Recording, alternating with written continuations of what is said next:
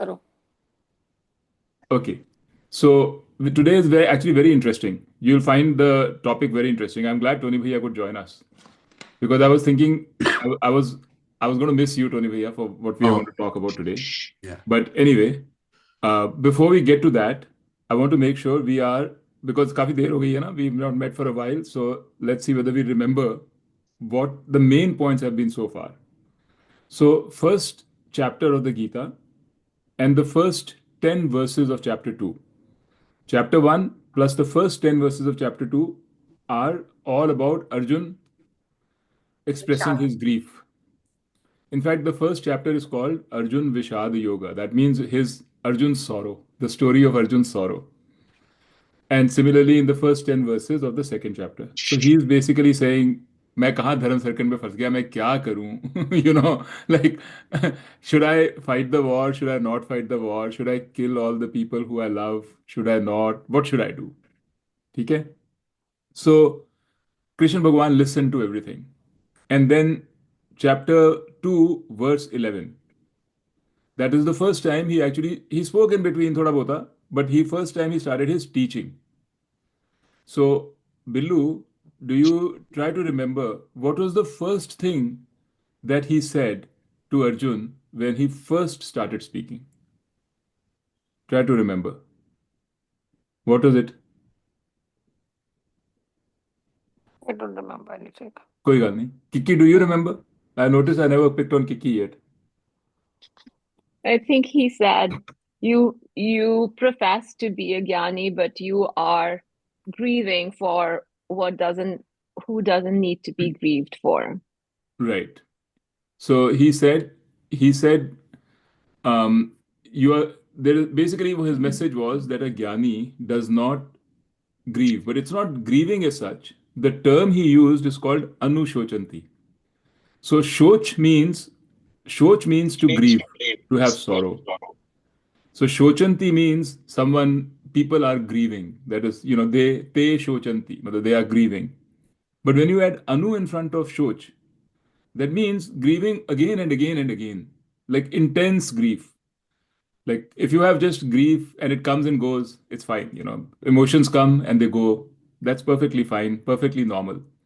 But if an emotion sticks and you just can't get rid of that emotion, that's called, like, that is an obsession. That's a problem. So when you have grief, people pass away, bad things happen, we lose stuff, we grieve, we get over it, we are all gone, we move on. But if we don't move on, we are not able to move on, that's called suffering. That's not grief. So that's anu shochanti. Like anu means repeated, following again and again and again. So anu shochanti. So what he's saying is there is no cause, no reason to suffer. A wise person doesn't suffer. He understands that things happen, good things happen, bad things happen. We react to the good things and bad things, we move on, and life goes on. So you, Arjun, are suffering because he's been like, it's not, it seemed like Arjun was in a really, really bad state. He was saying, it's not just grief, that I'll have to kill my grandfather. It was a real suffering. He was going to give up everything and say, I'm not going to fight. So he said, there is no need for suffering, and wise persons don't suffer. That is actually the essence of what Gita is trying to tell us all the time. Basically, if you don't suffer, you're happy.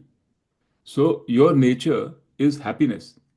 There is no reason in this world, no reason at all for suffering. If we think that there's a reason for suffering, and if we suffer, we we are not looking at the world and not looking at ourselves properly. We are missing something. That's what he's trying to say. What we are missing is that our nature is happiness. It's our natural state is happiness. And this is very, I know this is very shocking. This could be very, you'll say, what is Krishna Bhagwan saying? Does he not know my life? Look at my life. I have I am suffering and there's a legitimate reason for my suffering. But we can't see that right now. We can't see it in our suffering. But this is what is the true lesson of the Gita. It starts with that. But does he say our true nature is happiness, like happy, sad happiness, or peace, which It's the same is, thing. It's the same thing. It's peace or sad happiness. Happy. We'll get happiness doesn't mean like ecstasy or anything which is followed by a fall is not happiness, not what he defines happiness. So it depends on how you call what you define happiness. So if you say happiness as a excitement, then no, that is not our true nature. In fact, Yeah. now what we are going to get into is he's going to go deeper into all this. What does it mean? He calls it prasanna. Prasanna is happiness. Prasanna is tranquility. So, okay, so that was the first thing. Then what did he say? Anybody? After that, first he said there's no cause for sorrow. Then he again gave the reasons for it. He went on to say, he said, I mean, to remind you, he said, na tve vaham jati nasam na tvam neme janadi paha. I don't know whether this rings any bells, but he said, he said that you, Arjun, and me, and all these kings will never go out of existence, right? And uh, so don't worry. The Dehi does never dies. The Dehi never goes. Okay, Meeta, you Yeah. following? Yes. Okay, so tell me, what did he say there, Meeta? He said that uh, you, me, and all the kings will always be there, they have always been there, and they will always be there. Yes. And there is no death. So what Dehi never dies? dies. What dies? Deha dies. Yes, and Deha is Deha is the physical body. the physical body, and even the subtle body eventually can die. But yes, so the physical body dies, but our Atma never dies, right? Then he went on to say beyond even further. He said that na sato vidyate bhava, na bhavo vidyate sata. He said that thing which exists never ceases to exist, and that which doesn't exist never comes into being. In other words, he was trying to say the difference between forms and substance. He said that the substance of anything never ceases to exist. It is always there. The form always changes. So you cannot stop, you can't say that now my body will die, I will stop it from dying. You can't. Because body is a form, mind is a form. So the form will always cease to exist. It will always die and become something else. It will always mutate. So we will always, so there's nothing you can do, no siddhi, no, nothing that you can do to prevent your form from dying. Because form is your body, it'll die. But your substance, your actual substance, what you actually are, which is Atma, will never die. You can do nothing to kill it. And he went on to say, weapons can't kill it. Fire can't burn it. Water can't wet it. Winds can't blow it. Like, you can try your level best. But that which exists will always exist. You can try your level best. That which has to die will always die. So why grieve? That was his point. So you have to accept this fact that there is a part of what you think is you which will perish. There is no question about it. Your body will perish. But you also have to know that there's an even bigger part of you, the real you, which you don't know yet, which you never thought about, which you've never been familiar with, that will never perish. So Gita is about trying to make us familiar with that part of us, which will never perish and whose nature is happiness. And then after that, he started describing this part also, this Dehi. He said that Dehi is Nityam, he said the Devi is Avyayam, it doesn't change. Nityam means it's eternal, all those things. It's happiness itself. So things like that. So this was the initial lesson that he gave to Arjun, the first part of his teaching. Yeah. Then the second part was about, he said, Arjun asked him, so what is the lakshana of a person who is knowledgeable, who's jnani? What are the lakshanas? How do I know? How does he sit? How does he talk? How does he walk? And so on. So of a sthit prajna. Sthit prajna means whose knowledge is stable. Whose knowledge, pragya is knowledge. Sthit is stable. Sthit, it's sthit. So sthit pragya, how do I know? So there, Krishna Bhagwan told him the qualities of a sthit pragya. Correct? That the sthit pragya is one who has himself under control. Actually, before this, before we went to sthit pragya, he actually talked about karma yoga. So maybe let's go in the order that Gita mein tha. So cancel sthit pragya for now. Sorry. Let's go to the section number 2 is on karma yoga. So now here, what did he say about karma yoga? This guy, you guys have to tell me. In the beginning, he said, and let's get you started. He said that so far, Arjun, I've been telling you about Gyan, about Sankhya. Let me tell you now about Karma Yoga. And he said that about Karma Yoga, initially he said two things. He said, even a little bit of Karma Yoga will help you in a big way. So he said it'll help you from Mahata Bhaya, meaning like it'll trayati, matlab it'll protect you from a lot of fear. Even little bit of Karma Yoga is very useful. And then he also said that there is no adverse effect of Karma Yoga. You can never, there's no, if you do a छोटा सा भी कर्म योग करोगे वो कभी there's no wasted effort. There's no wasted effort. There's no adverse effect. ये नहीं होगा कि मैं कर्म योगी कर रहा हूँ तो मैं दुनिया को I will lose all my material possessions because I will lose my sharpness. I wouldn't know how to deal with the world because I'll lose my edge because I'm becoming a karma yogi. You know, that won't happen. There's no downside of karma yoga. That's how we introduced it. Then what did he say? Billu, last time you were telling me, what did he say about karma yoga? Ekant buddhi, once Eka buddhi. thinking rightly, eka buddhi, and to always think and try to attain that. Yes, so eka buddhi and vyavasaya atmika buddhi, the two things. So eka buddhi means what? Ek means what, Billu? One. Eka buddhi means thinking towards the right one goal. thought. One goal. One goal. One overarching objective in your life. Right? And what is that one overarching objective? Happiness. To remain happy.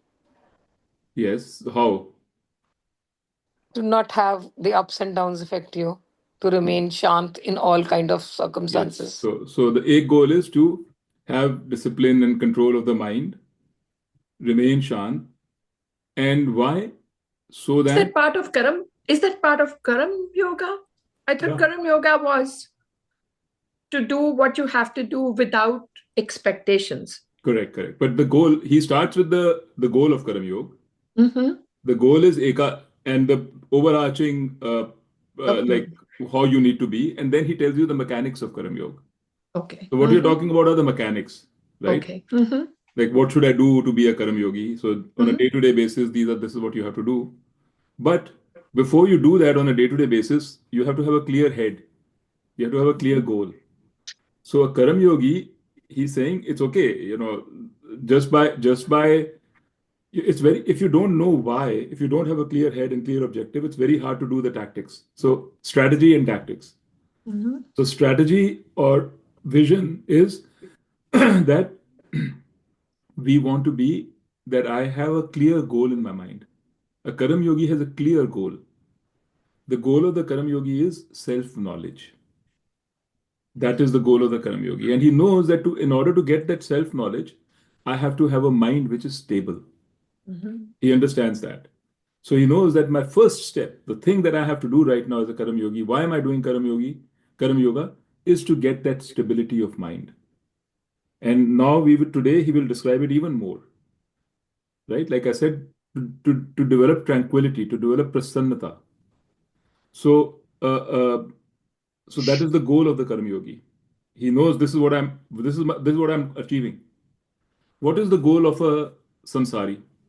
Who also is very disciplined. A samsari can be very disciplined, can get up every morning, work very hard, have a very rigorous routine, have a clear goal. Like, I would say any successful businessman has a very clear goal. They're committed to their business. They're committed to what they want to get done. Like Jeff Bezos when he started Amazon, or Meta, Facebook. They were all not Jeff Bezos, but Zuckerberg. They had a very clear goal. They were never diverted from that goal. People were saying various things, it will work, it will not work, ye, wo, ye. They never got diverted. And they had a clear goal. They were 100, all the waking hours were devoted to this. They were completely committed. So that is also Eka Buddhi. You need Eka Buddhi for any success. You need Eka Buddhi. But the Eka Buddhi of a Karam Yogi is different from the Eka Buddhi of, say, Jeff Bezos.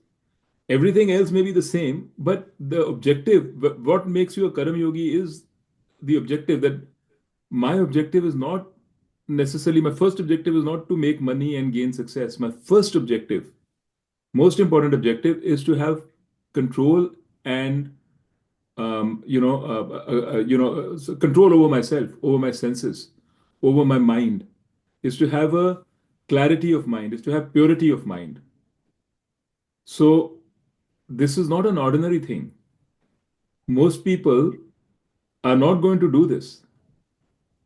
To say that my biggest objective is purity of my own mind, that's a very big thing. How many of us actually say that our biggest objective is the purity of my own mind? Like you're saying, I will give up everything else.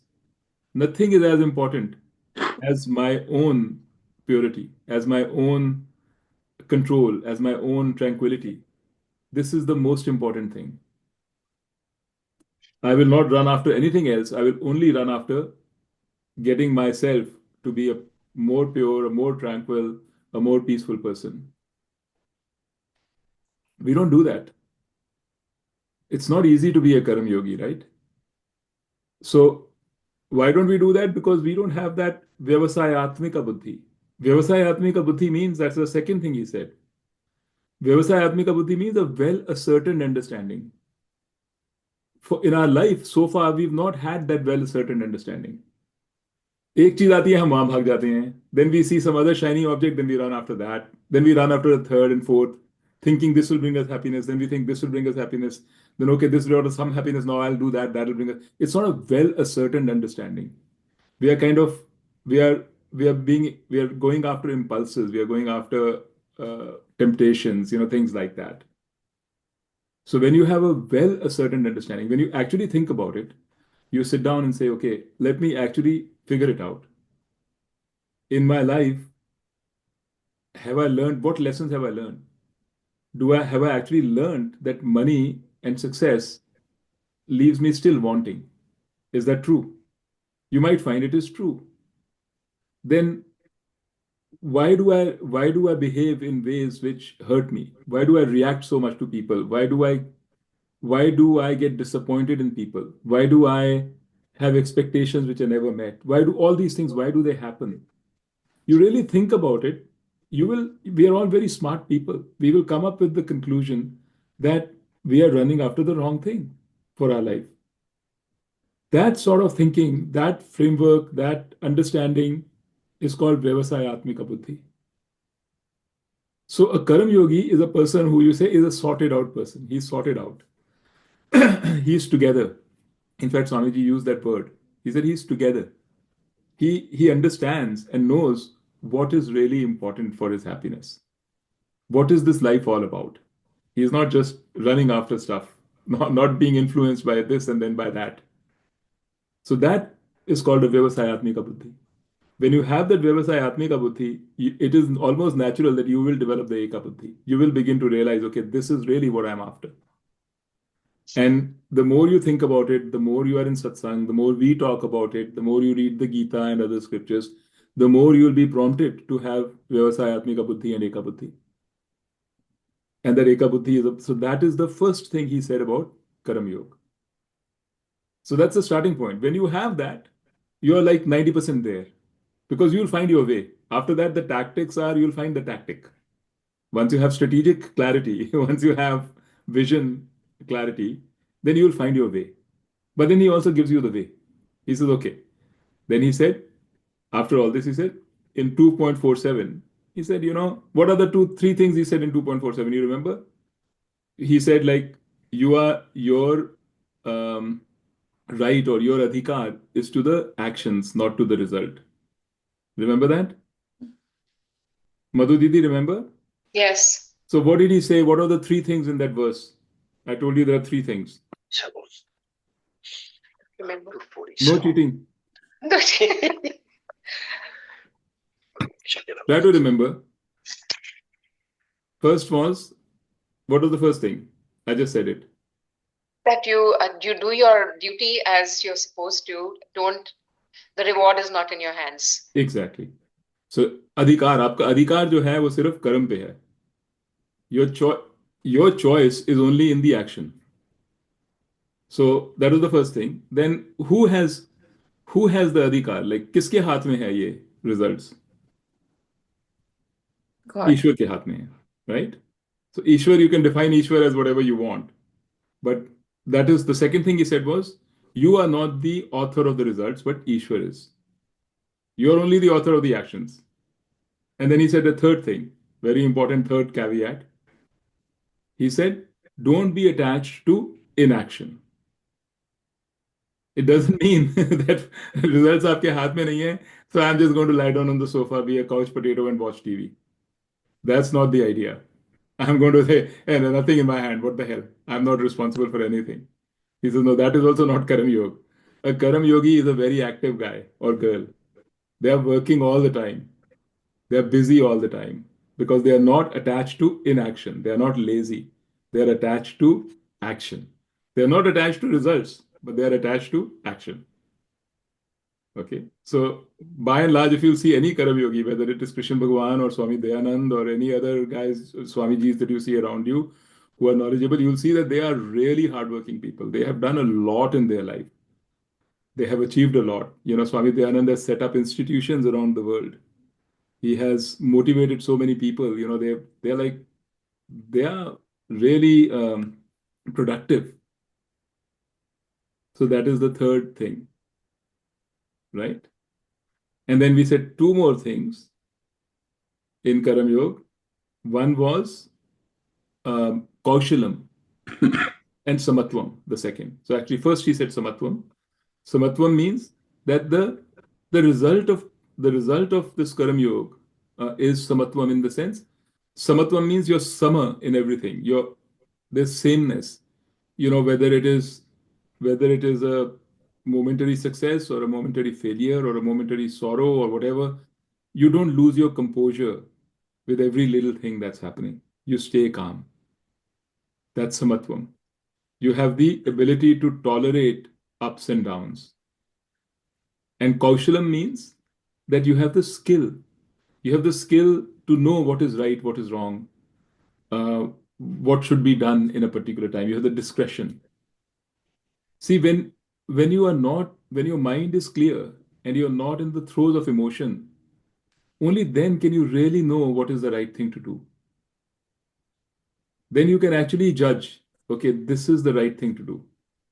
When our minds are up and down and we are feeling all like overcome with emotion, we can't judge. We cannot have discretion. So that is the other thing he said. So a Karam Yogi is a person who has Eka Buddhi, who has Vyavasayatmika Buddhi. He's sorted out. He knows what he's doing. He's thought through things. He is not just doing it because Gita said it. The person he understands that he is the author of his actions, not of the results. He understands that this world at large, the universe at large, there are too many things happening. You can call it Ishwar or whatever. That formulates the results. With you, again, both of you together. Doesn't mean he will not try his best. He will keep trying. He will, as Shoni Bhaiya said, he's going to look at feedback. He'll change course. He'll do all the things. But at the end of the day, he's not going to be shattered if the results have not fallen in your favor. Because he knows, he can't control everything. And he's active. He's productive. He has got samatvam and he has got kaushalam. So this is the ideal picture of a beautiful Karma Yogi, which Krishna Bhagwan Ji has painted for us. Okay? And he's saying this should be our goal. This is where we want to go to. And by listening to the Gita itself, we start moving in that direction. Because what Gita is saying has logic and truth behind it. So when you listen to it, you are going to be you're going to start thinking about it, even if whether you like it or not, you'll start thinking about it and you will move in that direction.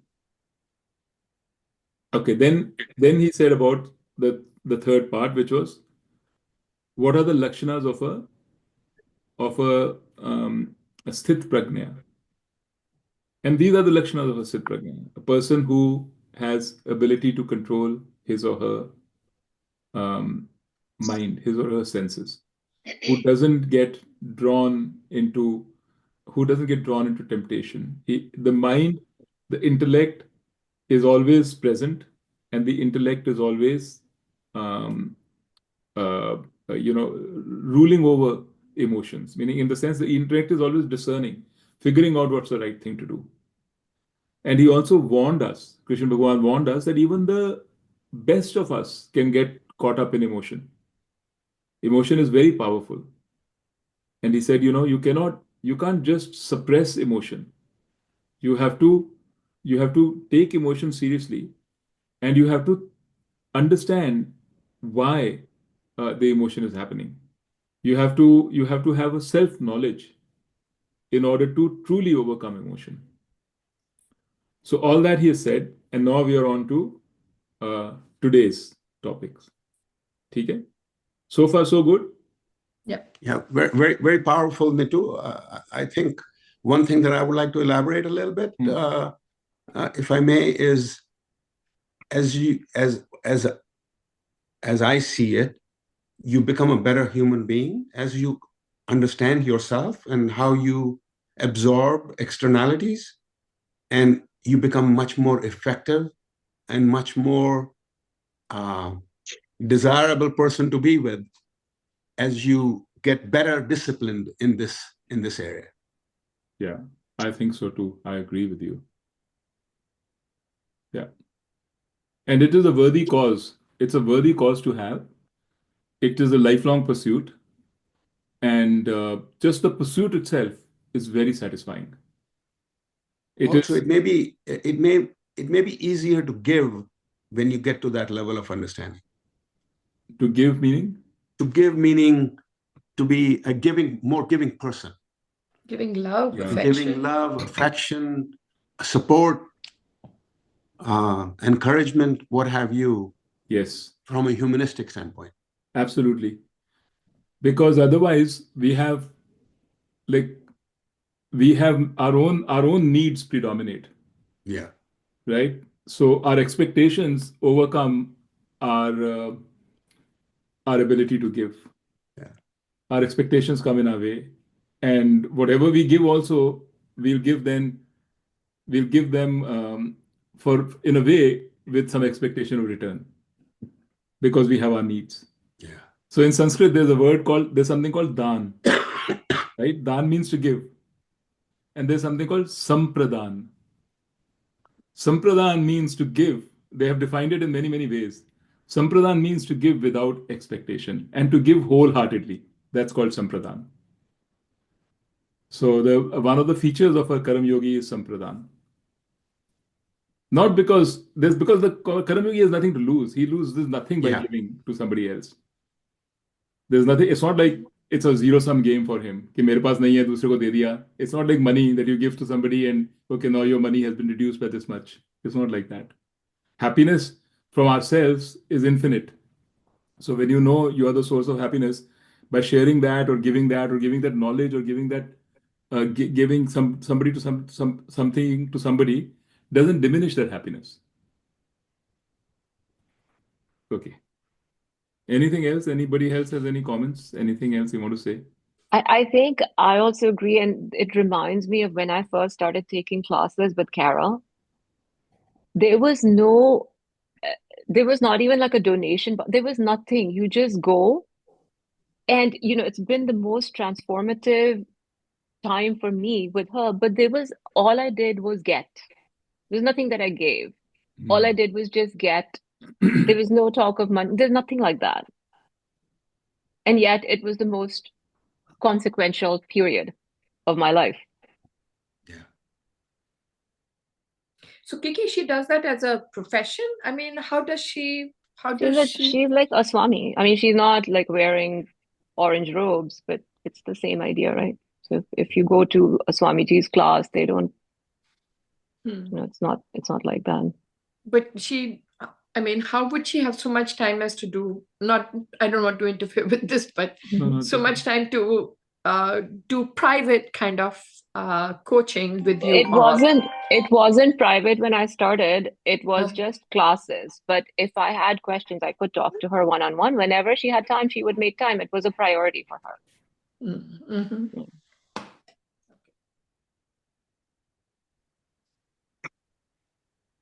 Okay. Yep. Didi, anything? Suresh Bhaiya, all good? Shall we move on? All good. Okay. Just keep going. Keep moving. Okay. Yeah, because it just keeps on re-energizing. Okay, very good. Okay, so I'm going to share now the next portion of the Gita.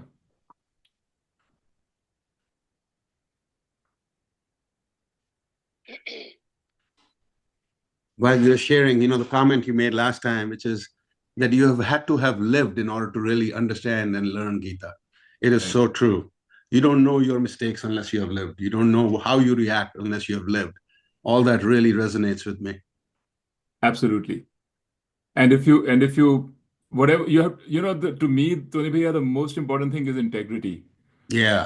That means, you should be true to yourself. Yeah. What you really want is running after wealth, then run after wealth. Yeah. Because otherwise you would never know what it means to run after wealth. It'll always be there in the back of your mind. Yeah.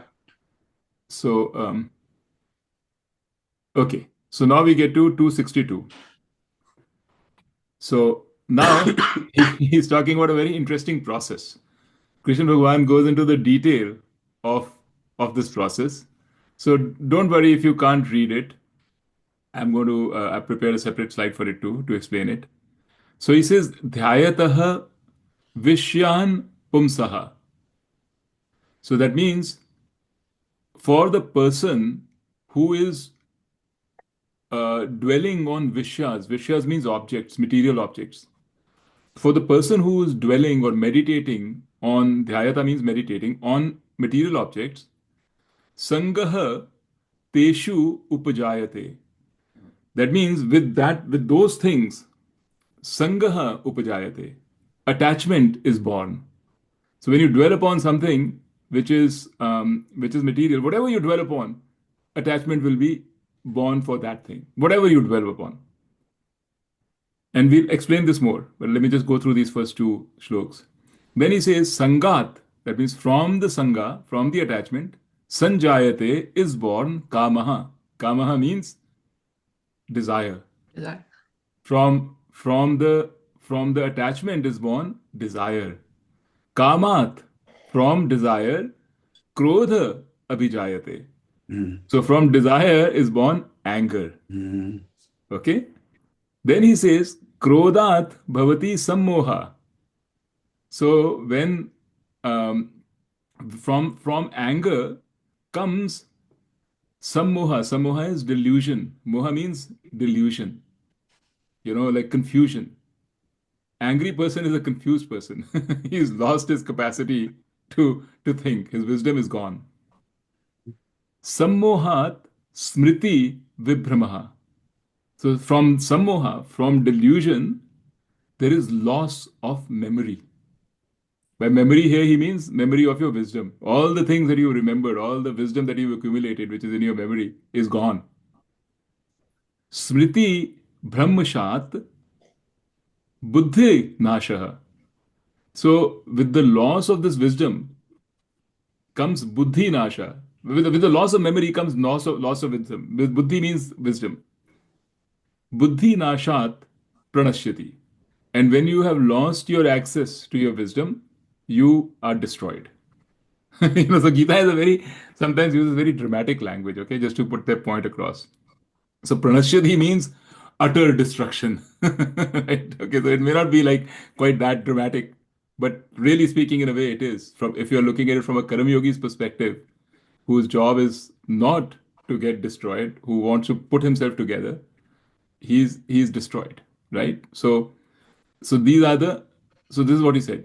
Dhyayate Vishyan Pumsa. So I put this together in a process for you. Okay? So what was the first thing he said? He said you dwell on objects. You dwell on any object. It leads to attachment to that object.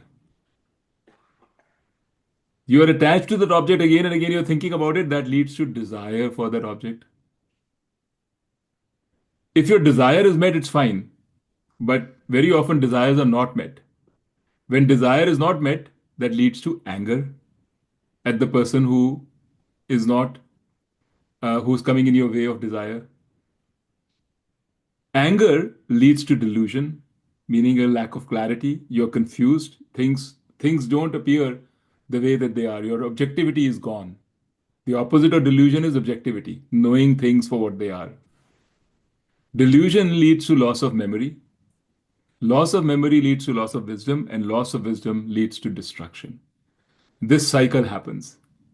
And if you see the words that he used, he said on the top row, up until anger, he said upajayate or abhijayate, meaning is born, is born. For the bottom row, after anger, he said comes, happens. Like it's not like a choice anymore. So the point he's trying to make here is that once anger takes hold, then you're done. You have, till that anger remains, you have no control over yourself. So you have to, whatever control you have is before the anger takes place. This is where this area, dwelling on objects, attachment, desire, this is where you have to work. This is where your choice is to say, okay, I still have some, let me step back, let me do things differently. I can see what is happening to me. I can control my anger. But once anger takes hold, you can suppress your anger. You can prevent yourself from acting, force yourself, but inside you the anger is there. It has to come out. At some stage it has to come out. And it will come out in a way where there will be delusion, loss of memory, loss of wisdom, and self-destruction. So I want to spend more time on this one. Okay, so let's make sure that we totally understand. One second. Put this aside. So, so you tell me, guys, what do you have any, can you see examples of this? How this happens? How by dwelling on objects, attachment is created? Swami Dayanand said in his book, he said, dwelling on objects से attachment होती है. He said, you can even be attached to your furniture. you know, like if you see your furniture every day, you're seeing it every day, you're sitting on it every day, you're doing everything. Before you know it, you'll be attached. If you have to give it up, you won't be able to give it up. You'll have sorrow. So the the psychology, the process of attachment is this dwelling. And what he's trying to say here is, it is very important what you dwell upon. That's why So they the say satsang is so important, because satsang means you are talking to like-minded people who are talking like what we are doing right now. This is satsang, because we are talking about stuff which is, about spirituality, about karam yoga and all that. So attachment will develop to these things. But if you talk about, oh, that beautiful house somewhere or whatever else, attachment will develop to those things. That is just as simple as that. That is all that is happening. He even gave an example of um, of a brochure. He said, these people, they have these Caribbean cruises, so they send brochures to Caribbean cruise. So they will send you a brochure. You'll see the first brochure. You'll say, oh, nice. Okay, good. This looks like a nice place. Put it aside, move on. Then they will send you another repeat mail. Then you will see the second time the same thing. And you say, oh, interesting. Then the third time, by then you are hooked. Then you'll say, oh, this is really nice. You're on to attachment. And before you know it, attachment becomes desire. So I mean, when I was reading about it, I was thinking about iPhone. Because every time a new iPhone comes, I want to buy it. And there's really no reason why I should buy the new iPhone, because it has nothing really different to offer. It makes no difference to me. iPhone 14 or 15, में कोई फर्क ही नहीं है, as far as I'm concerned. I use like 10% of it. But it keeps showing up. It keeps showing up looking very nice. and you keep reading about it, and you say, oh, it's got better memory, it's got better memory, you suddenly have an attachment to this better memory or this better iPhone. And then you have a desire for it. It moves to desire, I want this iPhone. So desire can be like, I want to possess it, or I want to experience it. That is all. So you suddenly have desire. And then if Kavita tells me, Nittu, you cannot buy this iPhone. This is too expensive. Forget it. Then I will have anger. Say, oh, why are you stopping me from doing what I want to do? I have desire. I want to do it. Why are you stopping me? It'll be anger. This is a very minor example. But you think about brothers-in-laws and sisters-in-law and brothers-in-law, all that anger because I have an expectation from my husband that he will act this way to me, and I see that his mom is coming in the way. He's now acting, he's dividing his time. What I my expectation of how he should act is not actually how he is acting. Anger. And Swamiji said, the anger on the third, पहले तो anger होता है on the husband because he's not acting the way you're acting. But if you see that there is a third person who is causing this change of behavior from my husband, your anger on the third person is going to be even more than the anger on the husband. So this is like Swamiji's examples. He's not married, but he keeps giving these examples. I guess a lot of his disciples are married, so he knows. Can I ask something, Nitu? Yeah. This entire cycle that begins from dwelling on objects is just because this is the nature of the human mind. We can realize, like in satsang right now, we can be thoughtful about it, but we can also have some objectivity towards this entire cycle because this is also not something that we made. Like this is the nature of the human mind, and once we can keep getting caught in it or not, but have some objectivity towards the entire cycle as well, right? Because let's say there's something, and when you say objects or material objects is easier to diagnose. But when the objects are relationships, say it's something about your child, then it is sort of this is how our brains are constructed as humans. So I mean, you know. can't always just say, no, I shouldn't have it. You can just say, okay, I'm having it, but just have some distance from it to that That cycle is a that starting happens. point. But I think you see it's really your choice how you want to what you think is appropriate, how you want to deal with it. So there's nothing right or wrong here. But the way I look at it and the way I've understood it is that objectivity is the first step. Yeah. Objectivity doesn't mean that just because I know I'll keep doing bad things, I'll keep doing stupid things, I'll keep losing my wisdom, and I'll self-destroy myself all the time. Oh, but I know that I'm doing it. That is not doesn't help anybody or yourself. Yeah. At the end of the day, if you really want the benefit of this knowledge in your life, you have to apply it.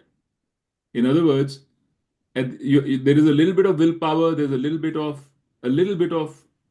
discipline required, because just Yeah. to say, you can see many instances when you'll see I became angry and I did something stupid and harmed myself.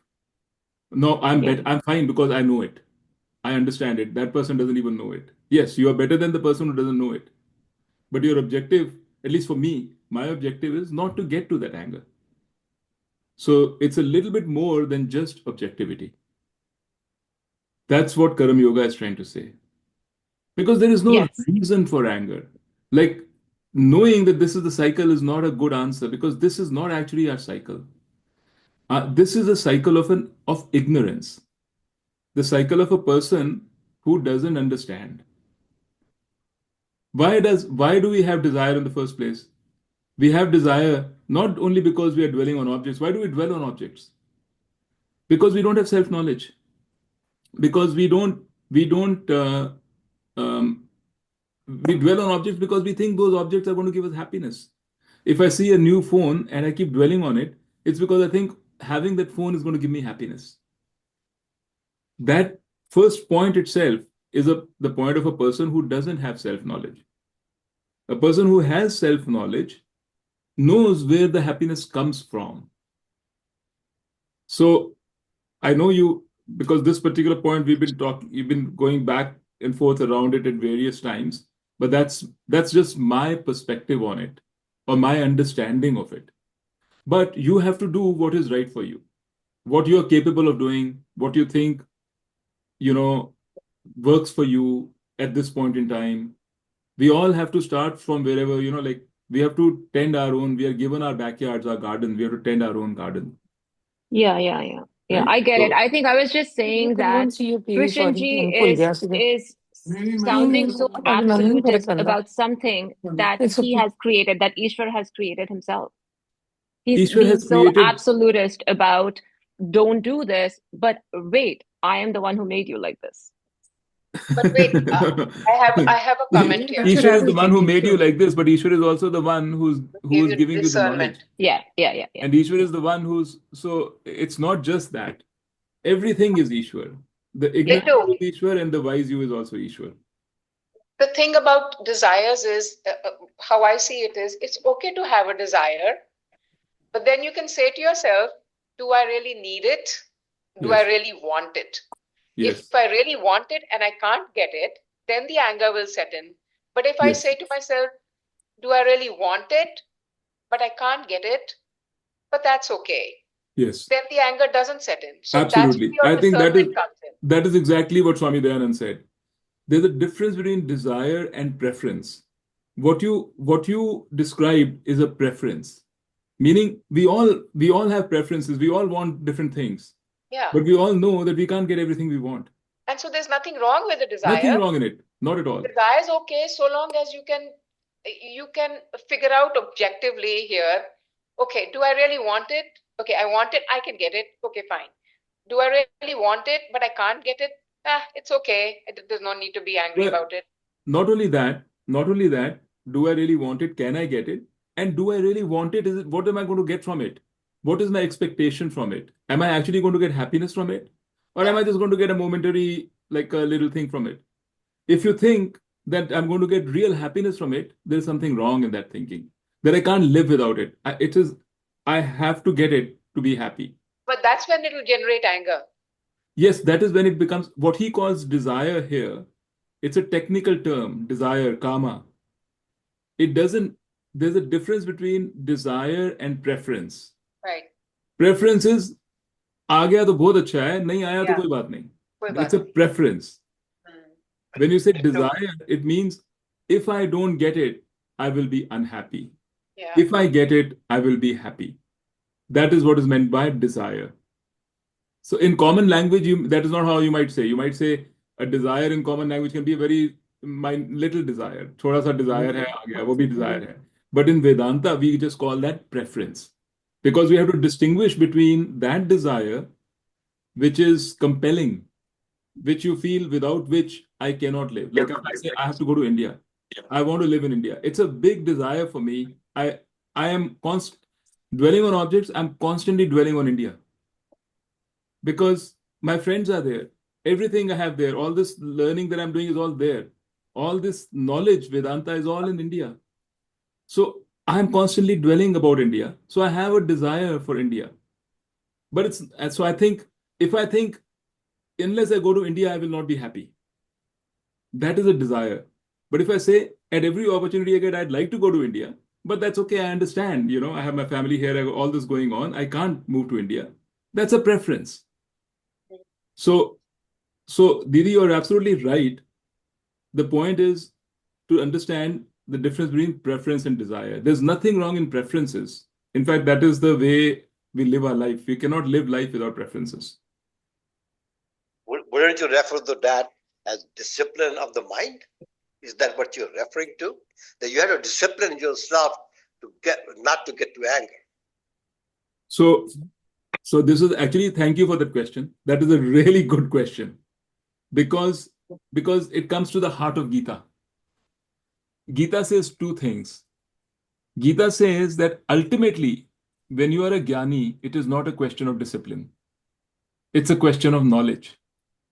When you know with certainty that none of these things, moving to India, buying a new iPhone, any of those things, none of these things actually give you happiness. How do you know that with certainty? Because you have found that happiness within yourself. That's what a jnani is, a person who has tapped into his own happiness. That's a jnani. When you've tapped into your own happiness, it's a matter of knowledge. You know that those things are not going to give you happiness. Then it is not a matter of discipline. But for me, right now, who's not a jnani, for you who's not a jnani, you're a karam yogi. For you right now, it's a matter of discipline. Because you have to start somewhere. You can't say that I will wait for knowledge to become a jnani, then I will do this. On the other hand, till you do this, you will not become a jnani.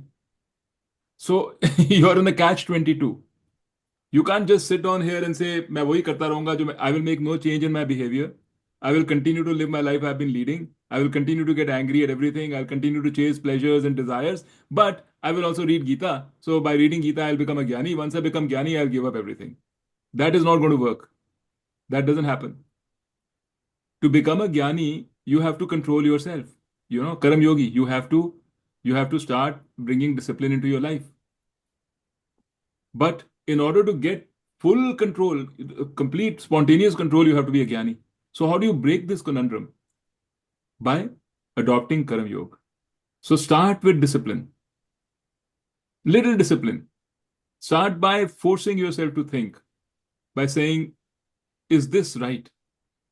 Am I really following my impulses here? Or am I doing something, which is sensible? Is this the right thing to do in the circumstance? Hard to do, but start. Because that little starting will give you a push. It'll prime your pump. The more you do this, the more easier it'll be for you to get knowledge. The more knowledge you get, it'll become a beneficial cycle. अच्छा बेटा. So yes, it is a matter of discipline to some extent.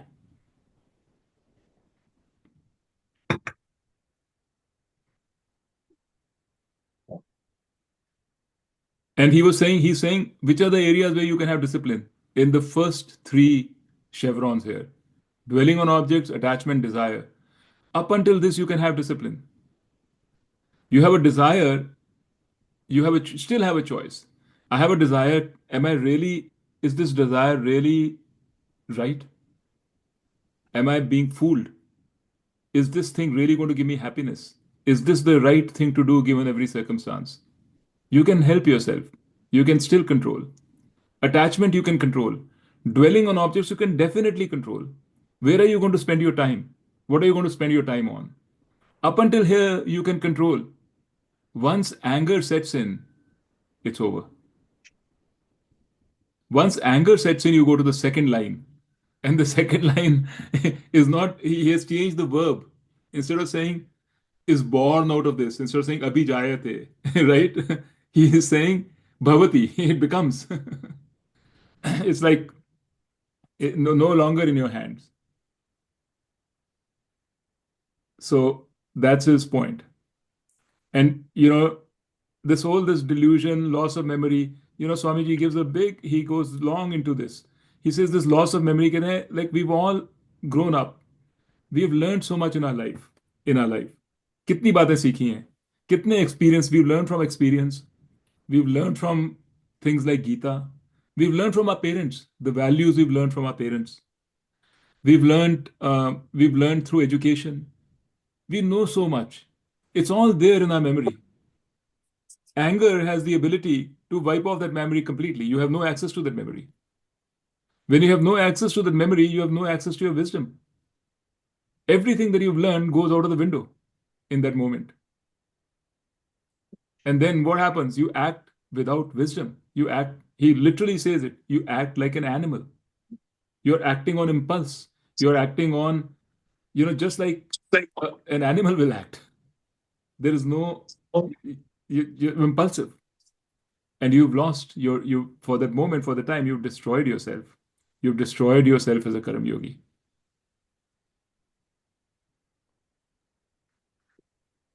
To me, this is very powerful. I don't know whether you guys agree with it or not, but this is very, No, agreed. Yeah. yeah, it's very But it's true. amazing that this is written. That means it must be very common, and they are guiding you against that. It is written thousands of years ago. Yeah. And Amazing. nothing has changed. Yeah. For us, nothing has changed. I mean, It's it's so insightful to me that today also, the top portion, dwelling on objects, attachment, desire, I think marketeers kind of understand it yeah. instinctively. That's why they, like Trump understands it. He keeps saying, right? And they understand it. But we don't, nobody has really put it across in an EQ, lesson of EQ or something, Yeah. that, it's very important what you dwell on. Yeah. It's very important how you spend your time. Anyway.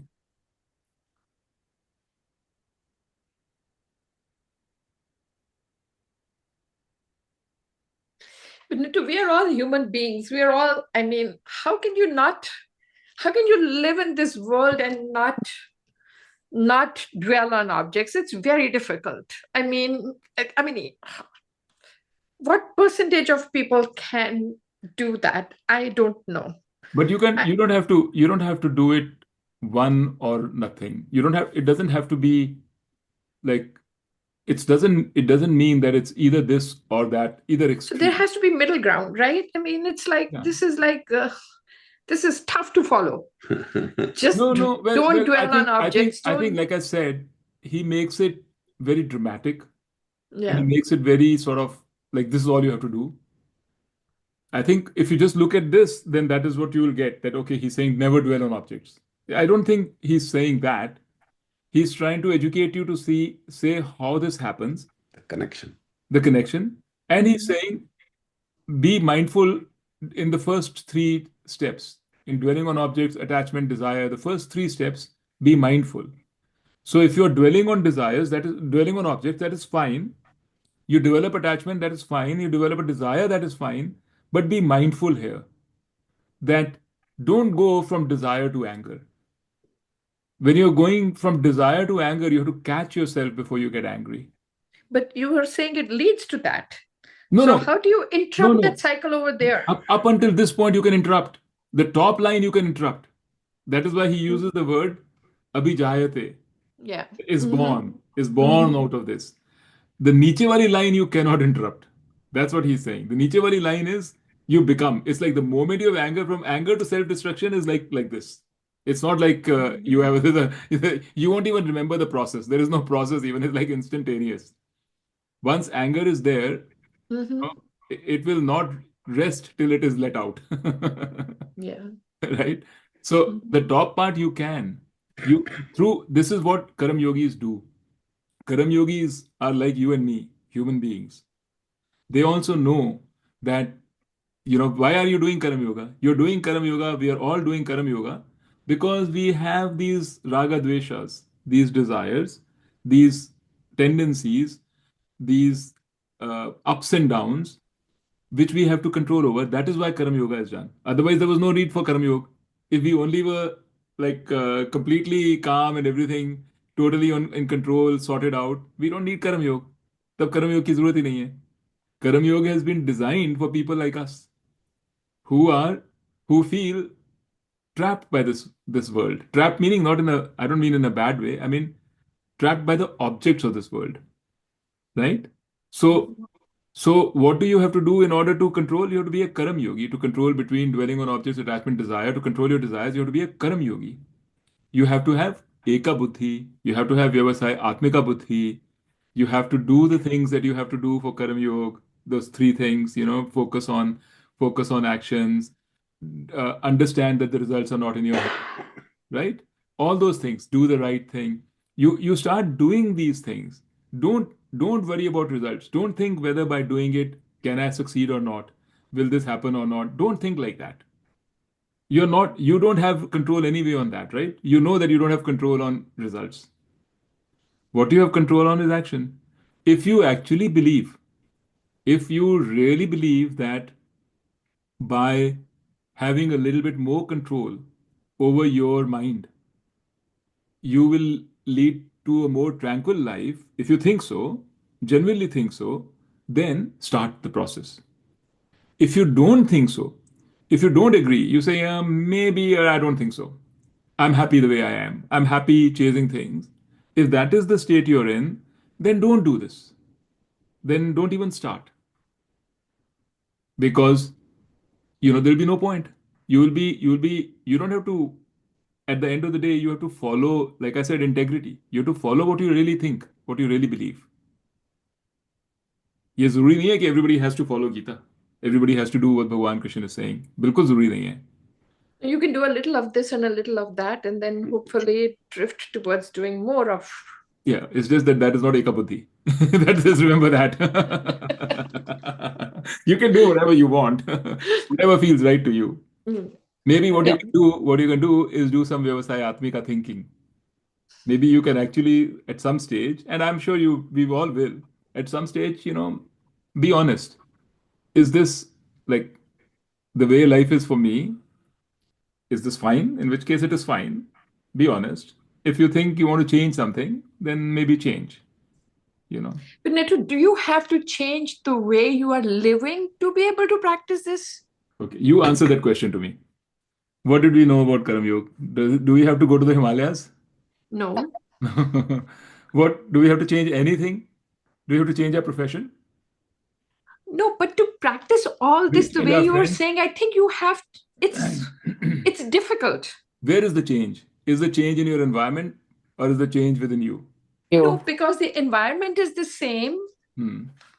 It is difficult to change the thinking in the environment that you are living in. The environment affects you. Yes, that's true. Right? There is peer pressure, there is whatever, right. There are things that, so I think you don't have the time sometimes. I mean, I would love to listen to all these lectures again, but I seriously do run out of time because I'm living my life. So what do I do? Are you unhappy with the way things are? No, I'm not. Then what's your problem? What's the problem? You're cool. Just because Bhagwan Krishna in the Gita has said this and I'm saying it to you doesn't mean this has to be done. It's not meant for a person who is happy in his life. I'm happy, but I want to be better. Yes, yeah, exactly. Then do it. Absolutely. Yeah. We are all actually that is a good thing, because if you are happy and you want to be better, that is the best. Because what happens is a lot of unhappy people come to Gita and Vedanta. And what they realize is what they fail to realize is that unhappiness is, you can't find that kind of unhappiness needs to be dealt with differently. What they actually need is therapy. What they're coming to is Vedanta and Gita. And the Gita and Vedanta will not help them. You have to be a certain level of, you have to have lived your life. You have to have been a certain level of maturity, a certain level of understanding about the world. The real, proper understanding of the world. ये दुनिया आपको क्या दे सकती है, क्या नहीं दे सकती है. You have to understand that. Then Gita is very useful for you. But अगर आप दुनिया में दुखी हो, बिकॉज यू आर दुखी बिकॉज हाय वो सबको उसको सब कुछ मिल गया, मुझे कुछ नहीं मिला, भगवान ने मेरे से दुख करा, मेरे पास कुछ है ही नहीं, all my friends are doing so well, I am doing badly. If that is the kind of दुख you have, right, then Gita is not going to help you. Then Gita is just an escape, right? So you are probably very in a good place, Tony Bhaiya. Nitu, just talking of therapy, I was going to ask also, do you think that this entire cycle is so different from just an investigation of the mind? Like, isn't this going to be obvious to someone like Vidur, who has trained in how our psyches work, that this is the natural order of things? Maybe. I mean, I don't know because you were saying, it was in the Gita and we don't have any EQ like this. I feel like we do. I feel like this is but that was just an offhand logical remark based on my perception. That you're probably right. I mean, maybe I'm just showing my ignorance of what. No. I was just thinking that I don't know. Yeah, maybe it's there. It never. I mean, I've been only exposed to the Gita, so I found it very. That's where it came to me from. That's where it kind of hit me. So Like if I talk to Mike, that's not his spiritual, it's not like that. But if I were to talk about this, it would seem, and I'm sure it would to Vidur as well, seem like, yep, of course, yeah, but see, in like that. Gita, this is being said in the, see, remember where it has come in the Gita. It's come after Karam Yoga. It's come It's in a after Sthit context. Prajna. It's in the Yeah, context of a yeah, person yeah. who, so this wisdom jo hai, loss of wisdom, this is not the loss of wisdom of worldly knowledge.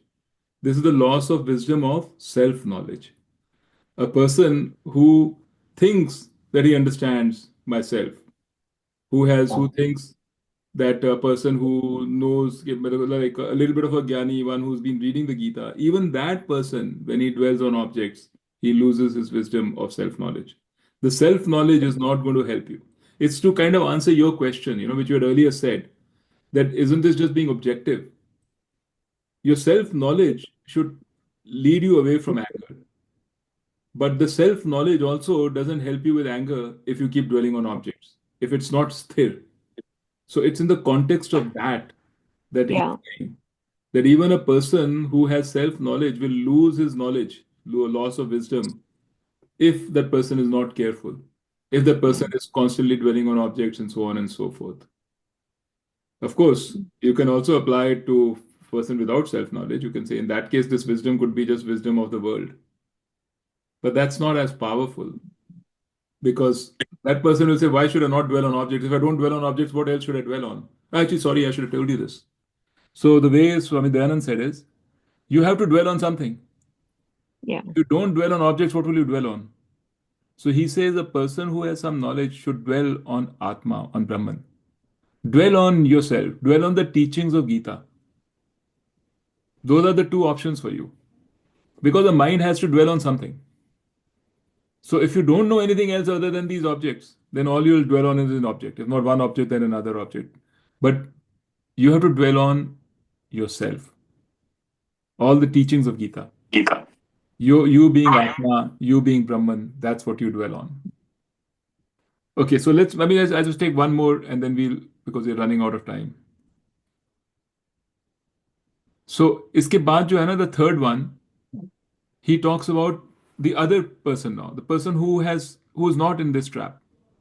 So he says, I won't go through the Sanskrit, but I'll just because it'll take time. So, whereas one whose mind is controlled, moving in He the hasn't world of shared yet. objects with the sense objects that are under his or her control, free from likes and dislikes, attains tranquility. So, this he clarifies here. He says that if your mind is under control, if you have that little bit of uh, grip on your mind, grip on yourself, grip on your senses, then you will still move in the world of objects. Like Meeta, you were asking the question. You're still going to be in the same situation. You'll still be getting direct mail on Caribbean cruises. You'll still be seeing advertisements on iPhone. All those things will still be there. But because you are free from likes and dislikes, because you have knowledge and wisdom, you will remain tranquil. So what he's saying is, in other words, it's not about what is around you in your environment. It's about your reaction to the environment. So you can be in a, like they say, you can be in a very crowded place full of people and you can still feel very lonely and depressed. And you can be alone, sitting somewhere alone with no sign of loneliness. You have nobody around you. You can spend days together on your own. You're not lonely. And you can be among a crowd of people and you can still be lonely. So you can be in the same environment. You're still moving in the world of objects. Moving in the world of objects. But what with the sense objects that are under your control. Free from likes and dislikes, you attain this tranquility.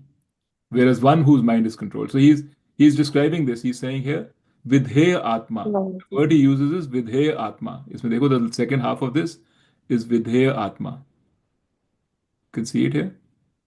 So vidheya atma Sorry? prasadam adhigacchati. Vidheya atma is a person who is sorted, who's together, who has his mind under control. Such a person, prasadam adhigacchati. He reaches or attains prasadam. Prasad means prasannata, the same thing. So prasad means tranquility.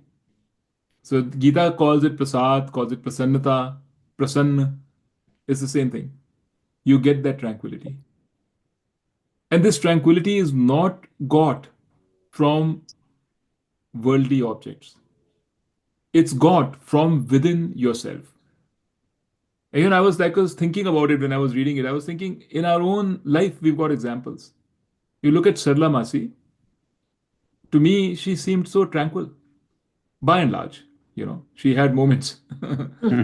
Even our own mummy and masis and all, they are, they all had moments, different degrees, but they were tranquil. I think mummy, my mom, is very tranquil. Of course, she also has her moments. There's no question about it because she's not a jnani. But, but, uh, but where does that tranquility come from? It doesn't come from material possessions. It doesn't come from all the wealth that she's accumulated and everything. It comes from herself.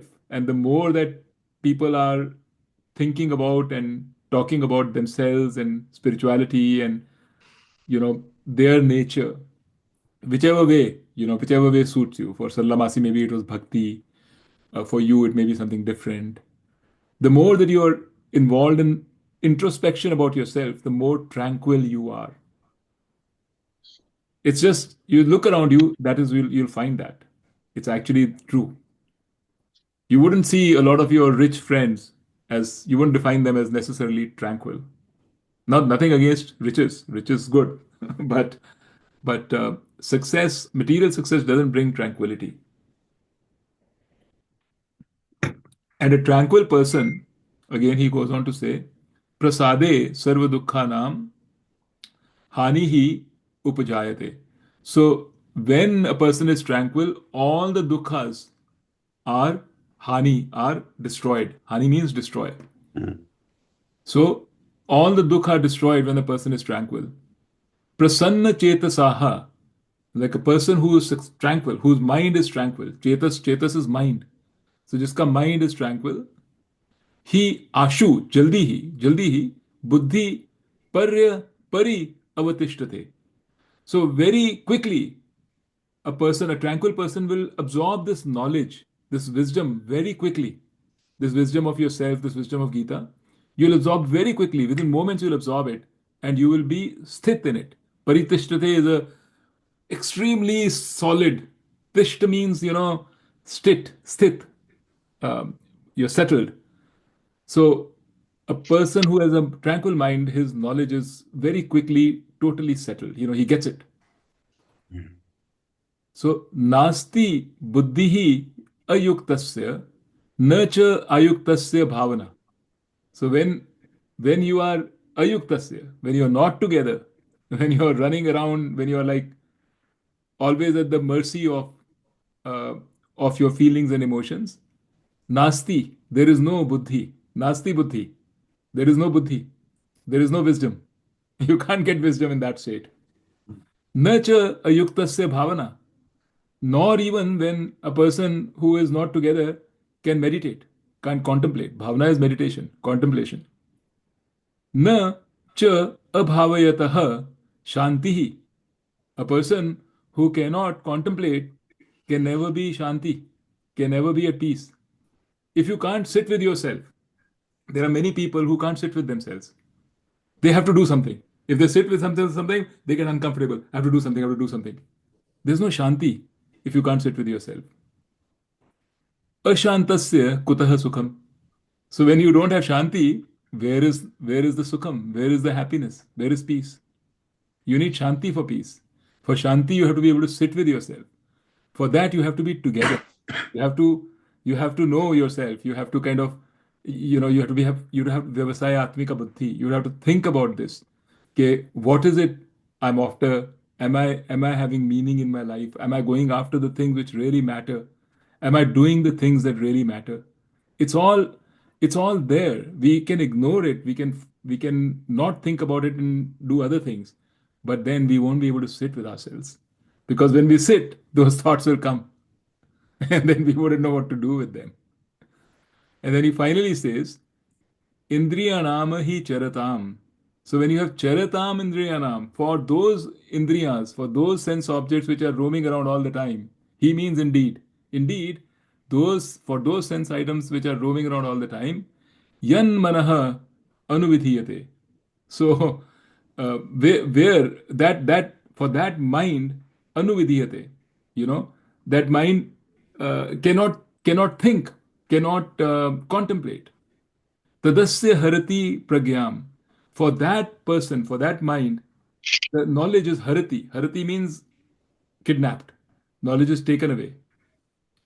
Then he gives a very nice thing here, a simile. He says, Vayuhu navam iva ambhasi. So Vayu is wind. Navam is a small boat. Iva means just as. Ambasi. Ambasi means carried away. Just like a small boat is carried away in the wind in the waters. When you're in the sea, choti si machli hai. If the wind comes, it just blows it away. It's gone off course. You can't. You need a really big ship to stay on course in windy conditions. If you have a small ship, you have set your direction. मैं ऐसे जा रहा हूँ.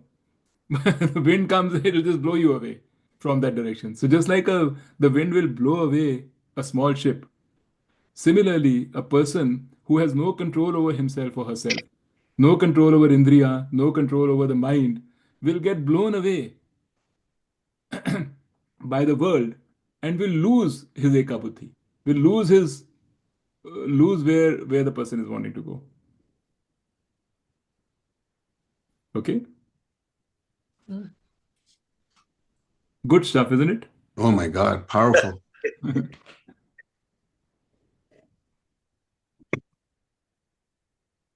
A lot in this. Yeah. You can read it over and over. Yeah. So it doesn't, Gita, again, it doesn't mean that it has to be one or the other. So what Gita is doing, what Krishna Bhagavan is doing, is he's painting a vision for us. He's telling us this is a direction. It's like a leader. Leaders paint this vision. They'll tell an organization, that's where we want to go. This is why we want to go there. This is what will happen when we get there. This is the benefit. This is what it will cost us to get there. These are the things on the way that we will have to overcome. You paint the picture. That's what Gita is doing here. He's painting the picture for us. If you become a karma yogi, this is how it will be. These are the things that you will face on the way. You will face all kinds of emotional turbulences. You'll get drawn away. You'll face anger. When anger is happening, try to control it up front. He's telling you all this. Doesn't mean that tomorrow you have to be this. It just But means he's the one who has created it. So why is he? He's playing games with us. Yeah. He's Well- testing you. You got to pass the test. So, Meeta, what is life actually? That's a very interesting question because I've also thought about it. Like, what is life? There was have you seen that movie Matrix? Yeah. Yeah. Huh? Usme there was very interesting statement. Usme, when towards the end of that first movie, when that Agent Smith or whatever, Anderson, Smith, whatever his name was, that Smith, he was sitting with the guy, kaun sa tha wo, I forget his name. The chap who the one to whom Neo goes. We don't remember. Just make a name up. Anyway, Morpheus. Yes, Morpheus. Okay. So he was sitting with Morpheus or whatever, and he was telling him he was explaining how this whole matrix was created, how we are hooking you up into the matrix. So he said, very interesting. He said, in the beginning, we created a very nice matrix, and we created everything good and everything pleasant. And he said, we found that you guys were not hooked. After a while, when you were in this very pleasant matrix, everything was going fine, no problems, you used to wake up from your slumber. That because they were making them in real life, they were asleep and they were tapping their biochemical energy. So he said he used to wake up. So then we had to modify the matrix. We had to introduce problems into the matrix and pain and sorrow into the matrix. Only then you were able to get attracted to the matrix and you were hooked. So what he was trying to say was, a life which has no problem, no pain, no sorrow, you will Not not. interesting. Not interesting. Not interesting. You have to have problems, then you have to solve the problem. That is what life is. Yeah. We have experiences, bad experiences. We have good experiences. We are spending all our time figuring out how to solve the bad experience, move from the bad experience to the good experience. That is Yeah. what is keeping us hooked. You really think about it. Yeah. I had forgotten that, Nitu. I mean, that's pretty I remember insightful. that because there is so much. There's so much in that Matrix movie which reminds me of Vedanta. Yeah, really. You know, that's I have to why- see it again. They quote from it, right? They quote one of the Sanskrit shloks. Oh, really? Oh, I don't Yeah, remember yeah. that. I need Oh, to see it so you again. need to see that number one again. So Krishna Bhagwan, actually Krishna Bhagwan is not the one who's made this world. The real teaching of Vedanta is you yourself have made it. There's no difference between you and Bhagwan. You are your own Bhagwan. Vedanta says that I, the Bhagwan, created this world and I entered into this world as me, as this Mita. Mita created this world as Bhagwan. Mita Remember it, created the world as guys. Mita. I'm God. and, and you entered in such a way that you made Tony yourself, knows that, okay? you made yourself Absolutely. forget. You got that one. You made yourself forget that you are God. So you created the world, entered it, made yourself forget you're God, so that you can experience the ups and downs. Because you were getting very bored. This is Leela. Leela means play. So God is Getting playing very with bored. himself. God has created a world for himself where he's created individuals so that he can experience the ups and downs. He was getting very bored otherwise. Okay. So It's very to interesting. say that why are there problems? You should jolly well be happy there are problems. If there were no problems, you have no idea what your problem would be. They say, a dog, it's good for the dog to have some fleas because Oh. that keeps the dog busy. Oh. Good. Chalo. Very good. Very Anything good. else? Thank you. Yeah, this is you're great. welcome. I know. I also, because of you guys, I also read it and get into it in detail. And that's a good thing for me too. So next time, are you guys going to prepare a little? Because I'm going to ask you. See, Yeah. there's no, you have to, I think I have to push you a little bit to read. Yeah, you should. Billu, Yeah, I'm there. you're there, but you haven't said a word, which is very, Unusual. Yeah. I'm saying you have to read. And next time I'm going to ask you, all of you, questions. Because if you remember them, then later on in life, it'll be easier for you. You'll remember better. नहीं तो भूल जाएगा सब कुछ. So थोड़ा सा. Sanskrit words are very difficult. Yes. मेरे को तो भूल आते नहीं है. Pronounce forget नहीं करने Sanskrit. आते, बोलने नहीं आते, कुछ नहीं करना. तो संस्कृत की जरूरत ही नहीं है. वो तो मैं, because for me, I find it interesting. That's why I'm saying it. So this is just me. Yeah. Because I'm also learning, right? Every time I read this, I try to learn because मैंने कुछ पढ़ा हुआ है, and then I see, oh, this is how the word is formed. This is what it means. Yeah. So for me, it's a very fun process. Right. It is hard to remember, but it's almost like I feel shanti as I hear Sanskrit. है ना? It's like it's It's kind of mathematical. It's very Yeah. analytical and yeah. But we are not here for the next couple of weeks, so I don't know when the next session will be, but we are after Let's next. see.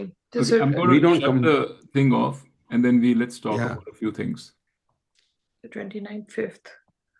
maybe 5th get we are something not hi here. to mommy. We arrive